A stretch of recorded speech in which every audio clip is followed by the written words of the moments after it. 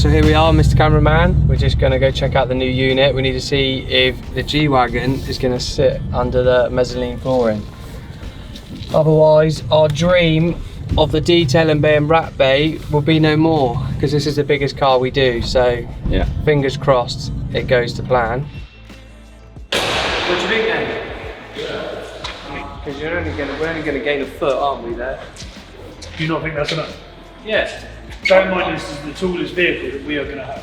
I'll be happy with a foot. And bringing it out. Happy eventually. Bringing it out to here is good. We just need to check on the front.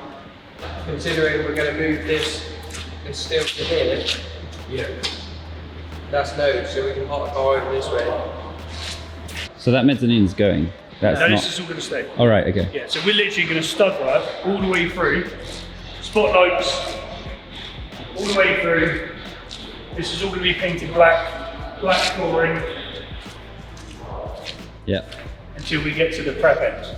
Okay, cool. Which no clients will go into, or have no reason to go into.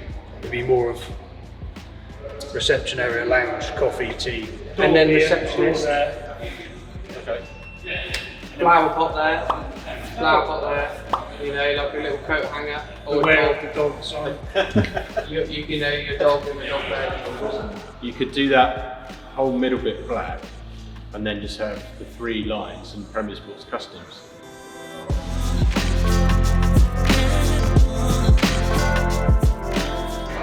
Right, we're going to need to do some photo shoots in here.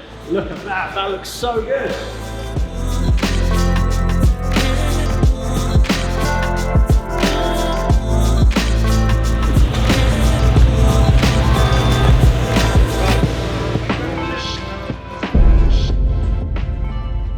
Yeah, so I've just seen the unit. Looks unbelievable. I mean, it is massive.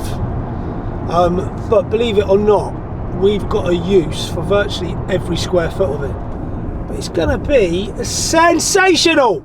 I'm in the final stages of the lease, so I'm about to go and sit down with about 9 solicitors and just go through that, because there's a couple of things on there I'm not particularly happy with, to get them ironed out, which is fine. It's no problem, it's all in hand. Just committed to delivery of all the machinery, which is not a cheap exercise. It's a big thing we're doing, but it's definitely a logical step, because we just have outgrown our place, and we've got a 40-car showroom and we've outgrown it. Right, so tomorrow I'm going to Cheltenham. I'm going with Harry and Mark Redknapp, and I believe Harry's got some horses running and stuff, so I think we're in an owner's box. It's a bit of a VIP day. It's going to be good. So I've got to go and get some clothes, because I haven't been to the races in a few years, and I think I need to go and get my tweed. Yeah. Whatever it is everyone wears now.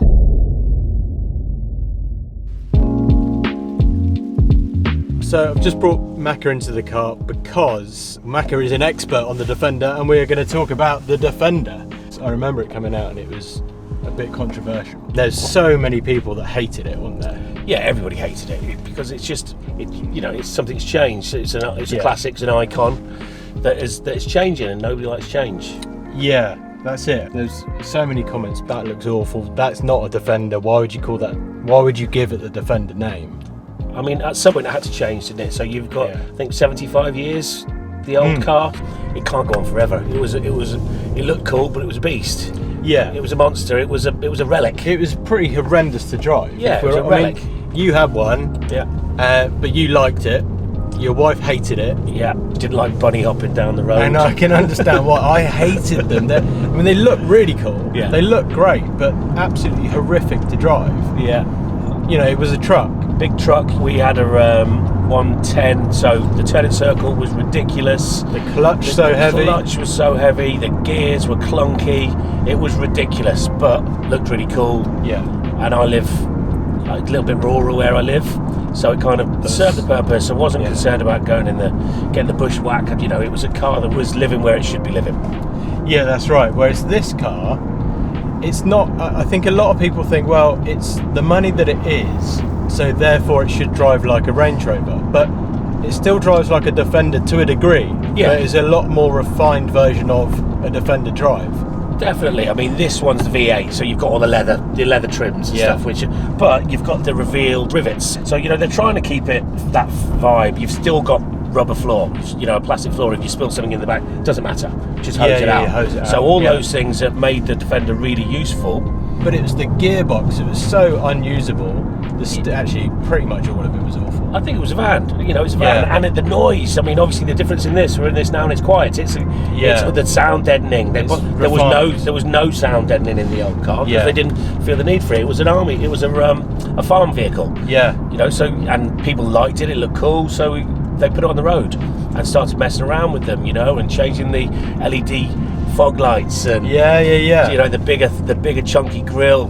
Well, yeah, the one that you had was cool, wasn't it? That had quite a few extras on it that made it different. Do you know what? That was when I first started working with Simon at Urban. So 2015, they were changing the bumper bar and putting the fog lights in it, changing the clear lights, all those sorts of things. Really simple things, but made a big difference to the car. And that was one of my first, one of the first cars I did with Simon. And now they're doing it with the new car. Doing it with the new car. And it's made such a huge difference to the look of the car. It's a bit soft and squidgy, I think, in the standard guise. Definitely needs the wheel arches. I don't know why none of them don't come with the wheel arches. Yeah. Definitely needs that, but then that chunkier tyre. The roof, the bonnet bulges as well. Bonnet bulges, yeah. Makes a huge difference. You know, you would imagine that they should make what it looks like. That's how it should come out of the factory. Yeah. And I think that's one of the major things you can say about Urban, isn't it? It's the OEM plus look. Yeah, that's so right. it's not ridiculous. It's not your Brabus style or Mansouri. Where they go really over the top. Let's go through a tunnel here and let's give it a bit of window. Get a bit of window action because this sounds crazy with this exhaust on it. Ready?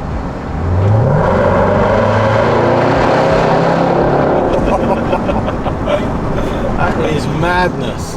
But this has got a Miltec exhaust on it, so it's part of the Urban modifications that you can change the exhaust system as well, which does make a massive difference. So let's try and explain to you how we turn something like that into something like this, which hopefully you'll see is a lot more appealing, and what has made the massive difference for us selling Defenders. I don't think we've ever sold a standard one, so that puts it into context for you. So obviously the wheels being a glaringly obvious difference, bigger, nicer design. The arches as well are different. They're extended arches. That's a standard arch, completely flat. Whereas you come over this side, apologies for the dirt, but you know, we've just been out. Much bigger, chunkier arches on it. You also get this rear spoiler as well. Nice and shapely, quite small, but makes it a lot more aggressive on the rear end, the styling of it. So it looks really good. You get side steps as well, which add to the stance of the car, bring it out wider. You get these new vents as well in the side. Bonnet bulges, a lot chunkier than the standard one. When you look over there, that just looks so plain with these nice chunky bulges, which work really well with the arches as well. The light bar up the top, which is the brightest thing on planet Earth, and you're not really supposed to have it on, but it does look good when it is on. Just makes the whole car look so much more chunky. So yeah, it's makes a big difference. Oh, and this one has a Miltec exhaust on it as well. So let me just give you a demonstration of the difference of the sound on these cars. Okay, so first up, the standard car. Let's see what this one sounds like. When you can hear it, it sounds perfectly nice. Let's give it a little rev because it does sound a lot better when it's got a bit of power behind it. It sounds nice, and actually you can hear the supercharger whirring away, but this is what we make them sound like.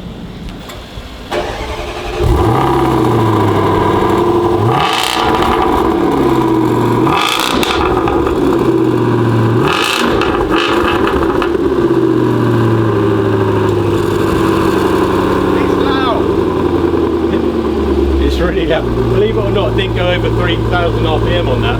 What a monster.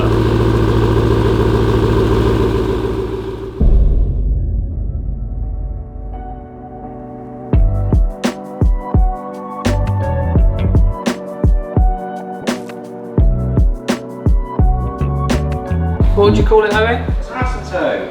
Acetone. And it just helps the kit bond to the car.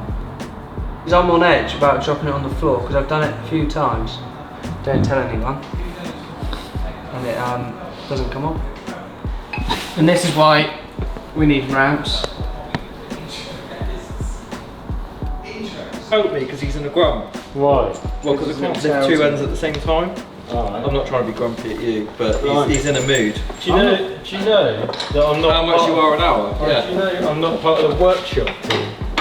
Do you know that you should put an invoice in? Do you know that I'm number 3 in this business? Do you know? Never gets a starring role, he's always like under the car or something. Oh, I don't want to star him, bro. They've just noticed that I'm always working, because apparently I'm lazy, I don't do anything.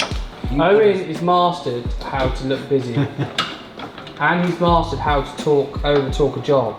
Like, mate, I had to do that, I had to do that, I had to go there. And then I couldn't find this at all. And that's why it's taken me all day. I had to make a cup of tea. Yeah. And it took me all day to wash that car. Yeah. Oh, I might just be in it. Here we go, get that on camera. If there's ever a key missing, Owen's pocket. Okay, so remember when we went to the unit before and we were like, oh, we have to do a photo shoot here? Well, we're on our way to do a photo shoot there. And what car better to do it in than this? This is the Defender that we showed you that was completely standard. That V8 that was completely standard. Well, now it's far from standard. The boys have been working their magic on it. So yeah, let's do that photo shoot.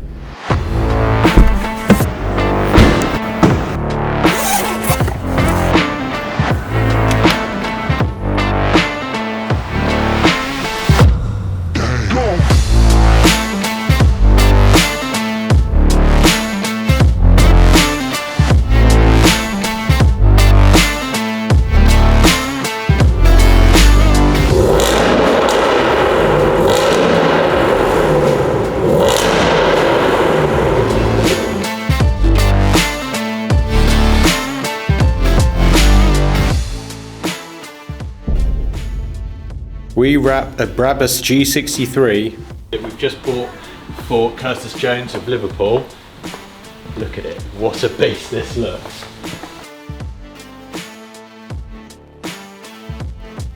We test out Aston Martin's new DBX 707 and Rich collects his new car.